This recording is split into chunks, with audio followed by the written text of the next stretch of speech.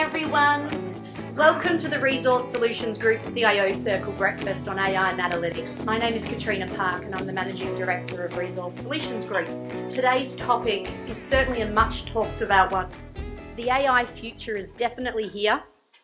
The good news is the machines haven't taken over, not yet at least, but they're certainly seeping their way into our lives, affecting how we live, how we work, and even how we entertain ourselves. From voice-powered personal assistants like Siri and Alexa to more underlying and fundamental technologies such as behavioural algorithms, suggestive searches, and autonomously powered self-driving vehicles boasting powerful predictive capabilities, there are so many examples and applications of artificial intelligence in use today. AI is certainly impacting every industry through automation and machine learning and presents huge opportunities for IT and for businesses to drive change and enable business capabilities and growth. To help us explore and navigate this complex field, we're fortunate enough to have 4 highly regarded AI and analytics industry experts on our speaking panel today.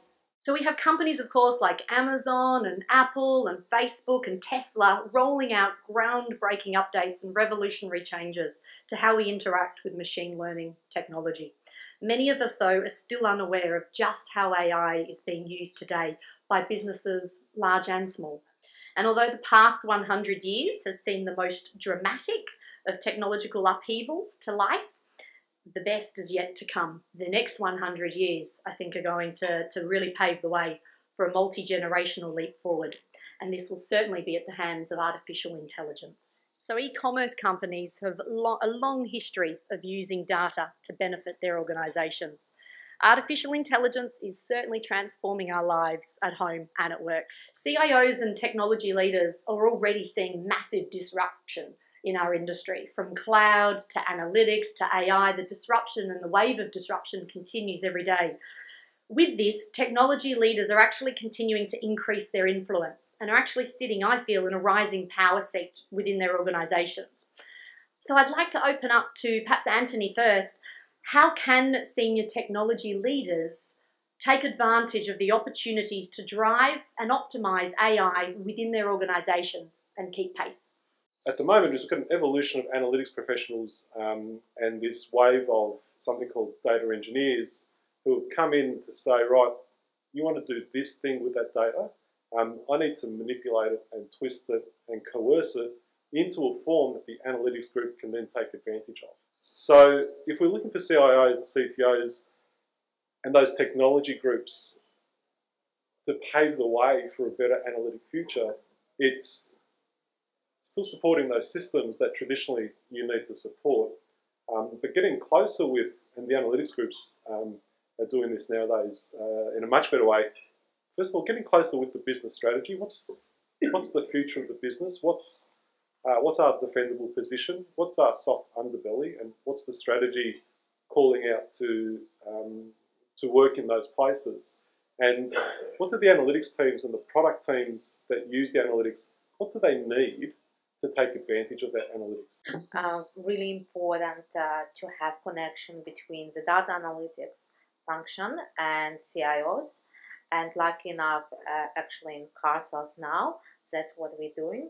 We're making sure that the strategy and technology that CIO is actually putting in place is supportive of analytics function as well. And we're providing all the time the feedback and working together to make sure we optimize the best technology solutions in order for us to get analytics product and also ability to do great analytical outputs very quickly.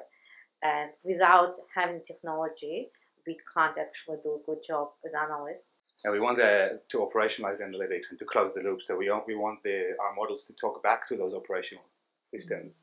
And if the architecture isn't set up right, we simply can't do it. And to try and retrofit the model back into the systems, can be very costly and be a lot harder. So, my suggestion, especially if you're building something from the beginning, is to think about, when you think about the architecture, think about make sure you have some smart people who know what the analytics or the AI is going to look like, so that you build your technology with that in mind. This is something that obviously Google does really, really well. The kind of DNA of everything they build has that in mind.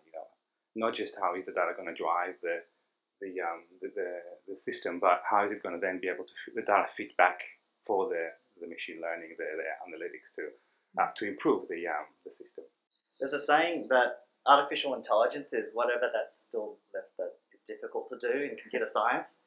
So I think CTOs, CIOs, or Chief Data Officer are probably in a good position to take advantage of the current changes in technology. And I know in each of my discussions with the 4 panel speakers, that was a topic that came up. How can you actually commercialize analytics? To actually take advantage of the analytics or the insight, you need a number of things.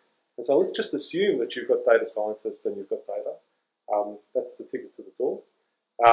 And assuming that you're paying competitively and you've got interesting problems, you'll get the best data scientists. But then there are a number of peripheral functions that make a world of difference. And so, first of all, executive support it's paramount.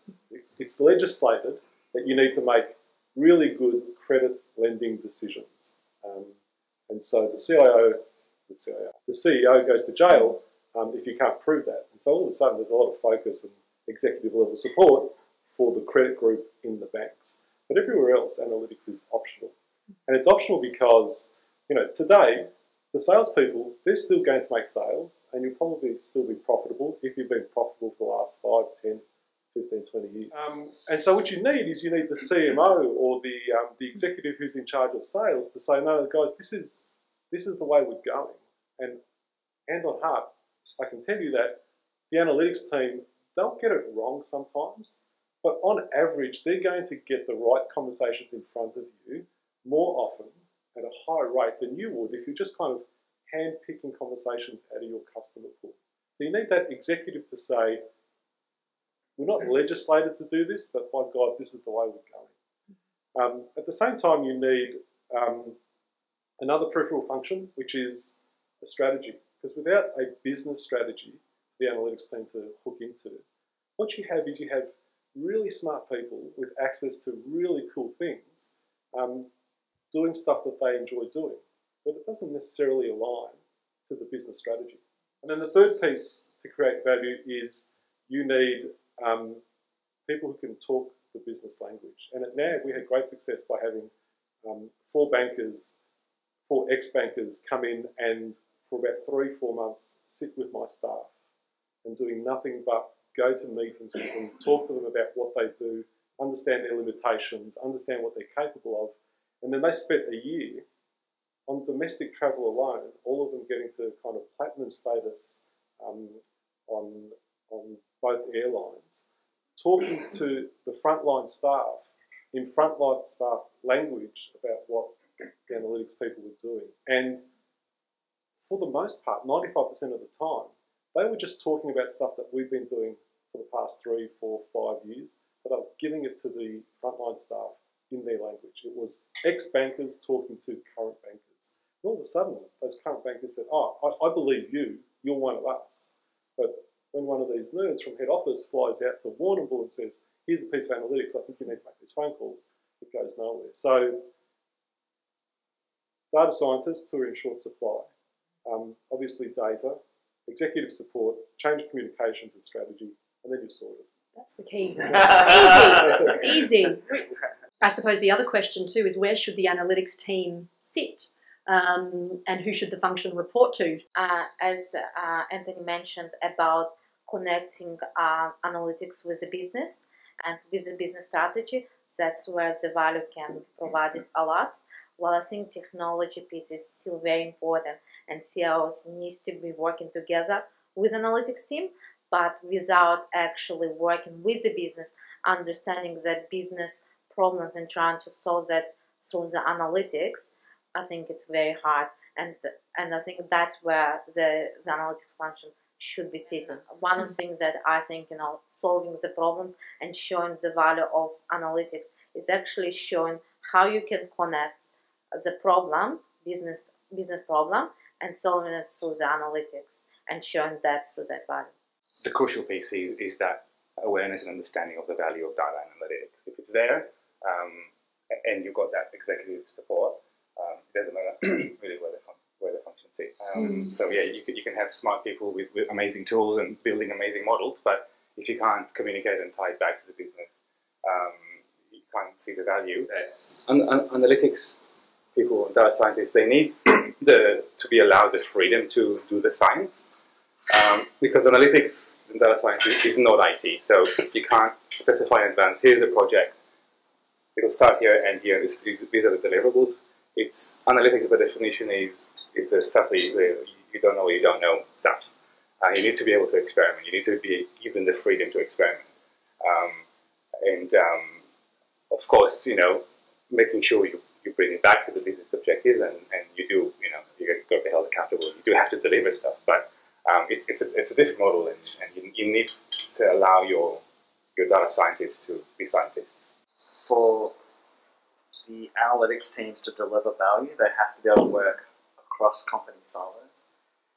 And so, absolutely, as everyone has said, like executive support is really important, but also then able to collaborate with the various areas of the business, all the way from like IT and operations within IT to get maybe the data that you need, or it may have to come from certain vendors who've locked your data somewhere, all the way through to where it hits the front line.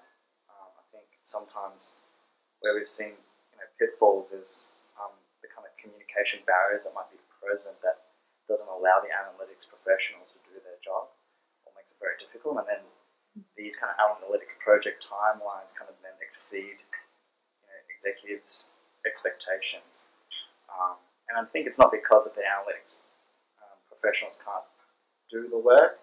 I think it's often that the rest of the organisation kind of can't understand what it is that they're trying to do, and so then the communication kind of barrier breaks down the process. Today, everyone wants to be a data-driven organisation, and interestingly, as we all know, huge amounts of data are being created every minute. In fact, 90% of the world's data was generated in the last 2 years.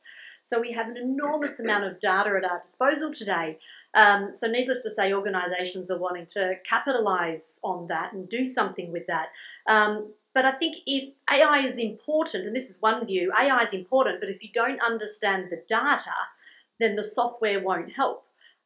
So my question for the panel then is, can you have one without the other? Can you function well with just AI or analytics, or do you need both? What are your views around that? You can have all the data in the world if you don't have it in the right format, if you don't have it in an interpretable kind of environment, if you don't have the tools, and then if you don't have all that other stuff we've spoken about, and then channels to take advantage of it, then all you've got is data. You don't have value. So, it's like a master carpenter without a truck full of tools.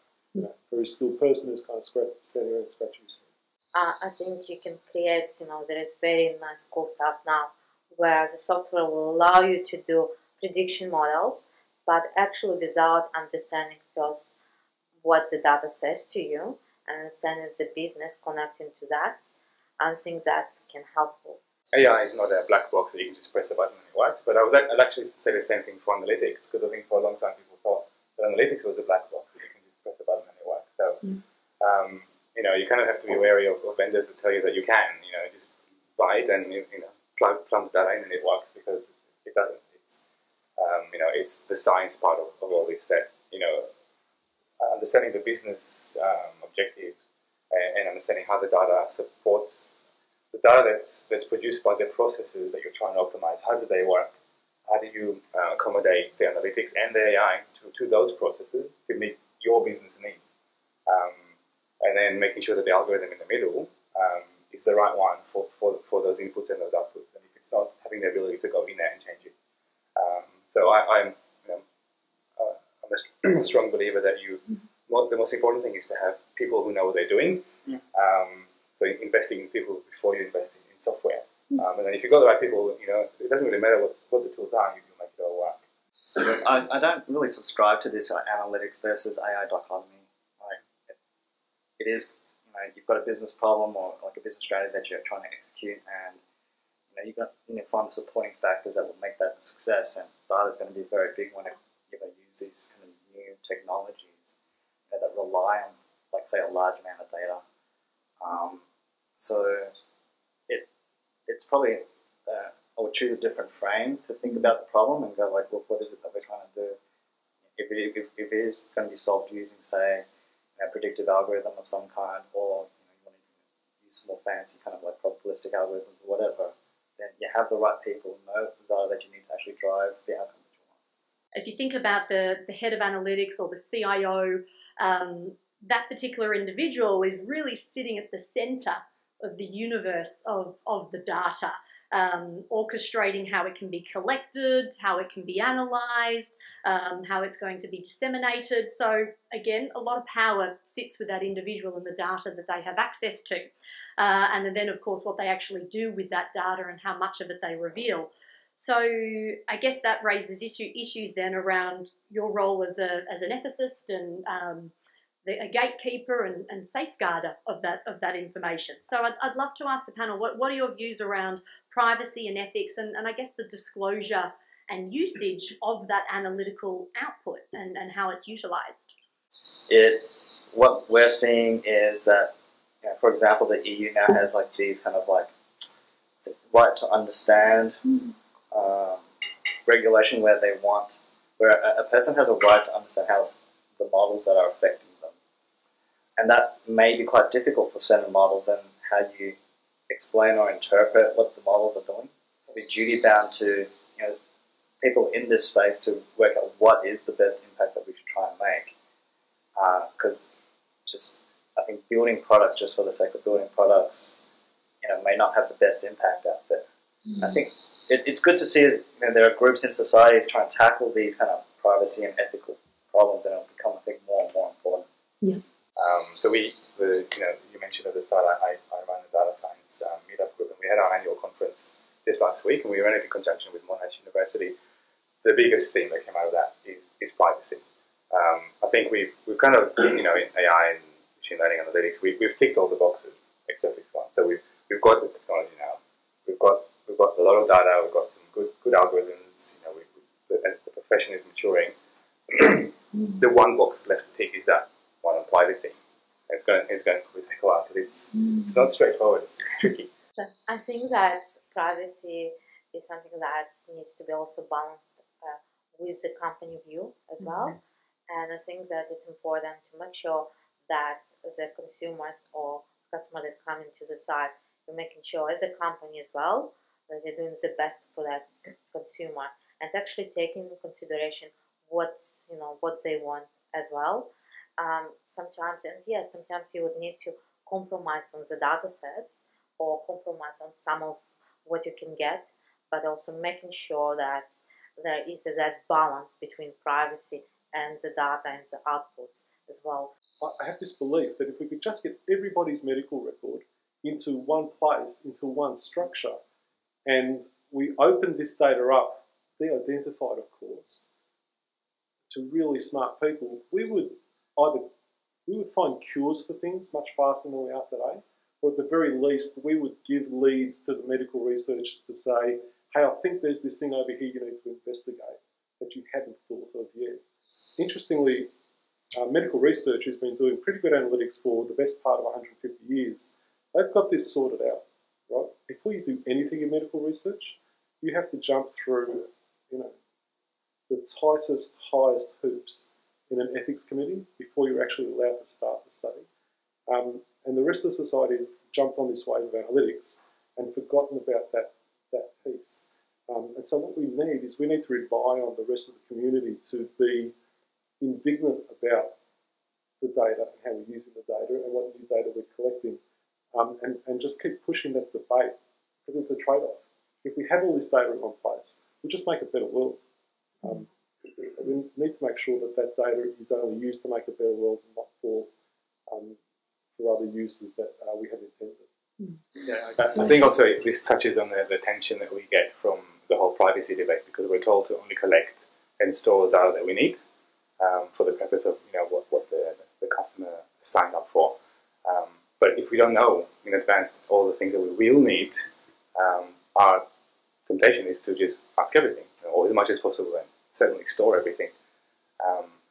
So yeah, I suppose the challenge is to as much as possible think ahead of what are the things you might ask tomorrow and next year, so that you've got, when you get there, you have the data. The stuff that Google does for me on my phone today, it's amazing. Like, I was on the flight to Sydney, and then on my way to the airport, Google told me that the flight was cancelled before the airline told me. It was amazing. So I called the airline and got on the next flight.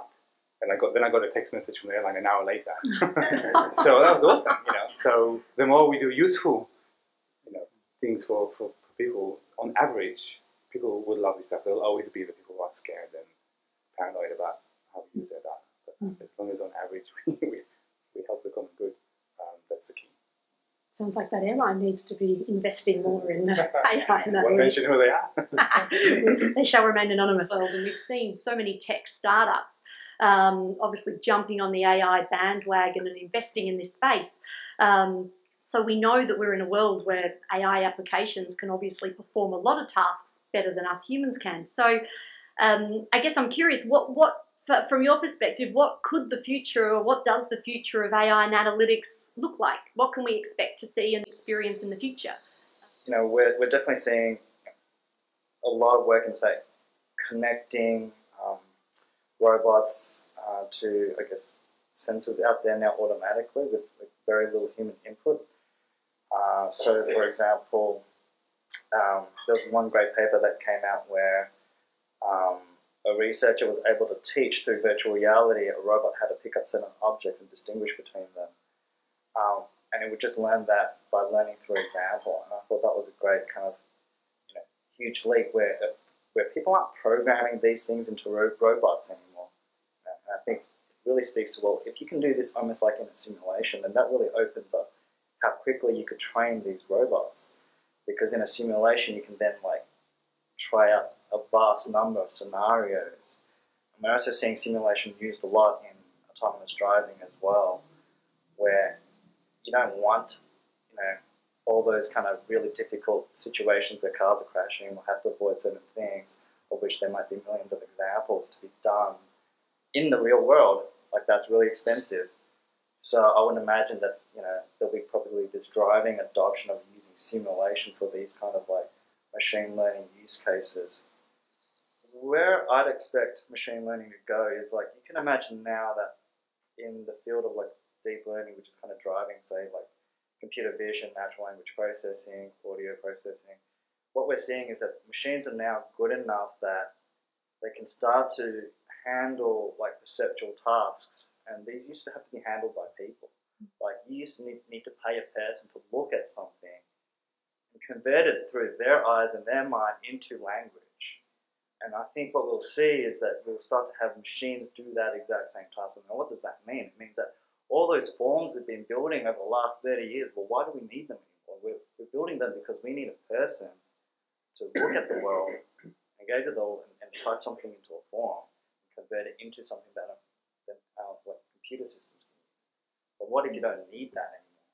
And what does that mean for a whole lot of businesses? I think there'll be like this really interesting sea change where, you know, you'll see more cameras, more like direct sensors through IoT devices where you might be sensing heat or anything that might be difficult for a human to see. Like, we're seeing adoption of infrared cameras, for example, to identify like animal life or human life out there. And it's going to change, I think, a lot of like how businesses approach the market. But the more immediate benefits are, I think, around the natural language understanding, processing, seeing a lot of attention given to conversational bots to help kind of take care of the more automated kind of the easier questions that, you know, consumers, customers have to a business, that you can start the conversation, you can warm up a customer, you can deal with you know, the simple questions, or the simple, okay, I just need you to upload your bill, you know, automating a lot of those, and then kind of making a call center more efficient, because they only have to deal with the more complicated scenarios. So yeah, seeing a lot around the conversational box.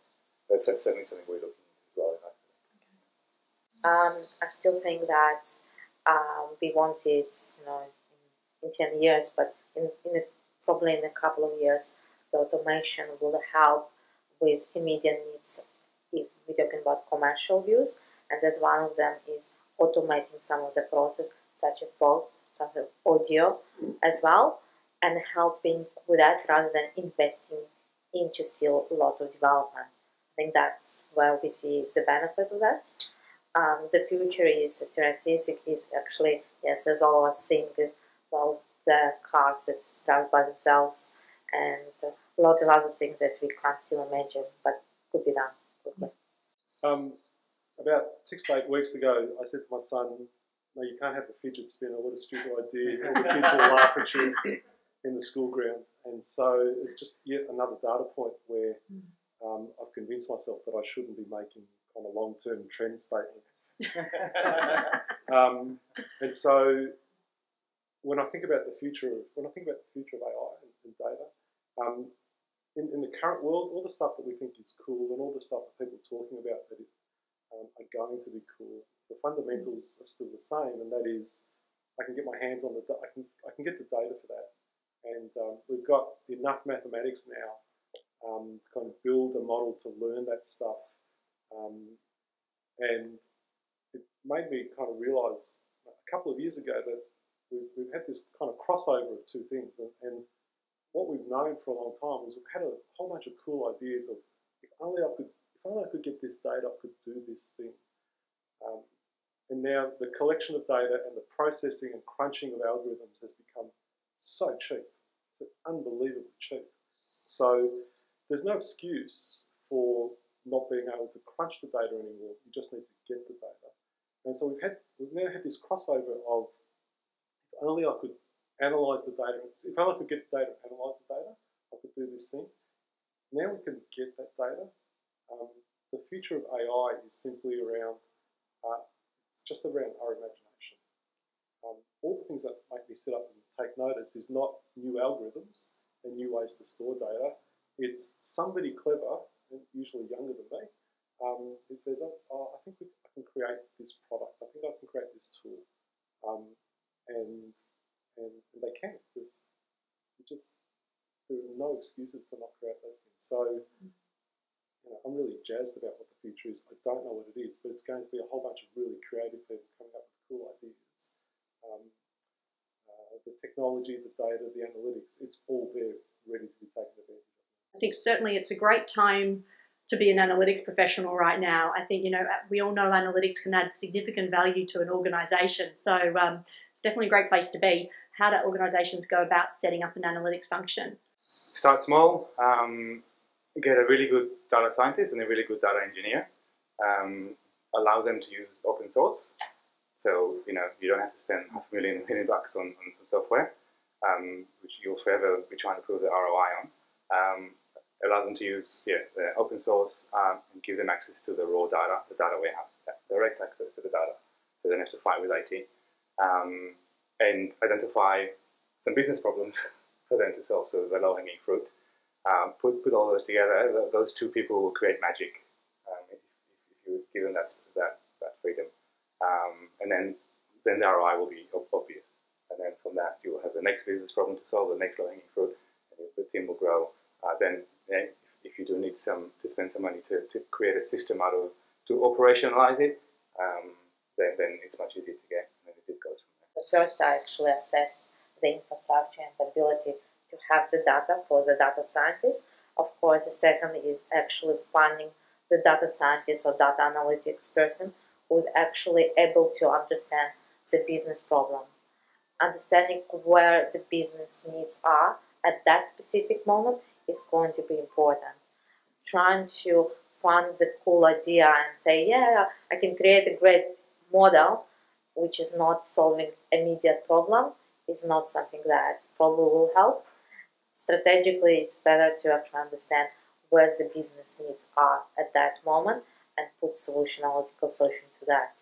Combination of finding that with infrastructure is probably a whole success. And nowadays, we don't need to invest a lot in terms of technology, at least initially. If I take 10 years ago, where You had to invest a lot in buying technology in order to access the data, process the data, and create models. Now it's not the case. You can find cheap solutions, but having the same value. I think combination of that actually gives you a good start. I think, in terms of analytics and AI, I believe combination of having a good balance of technical and business smart is probably gives you the best solution, but sometimes it's hard to find. But finding the stars or people who actually have that, that's what actually helps you.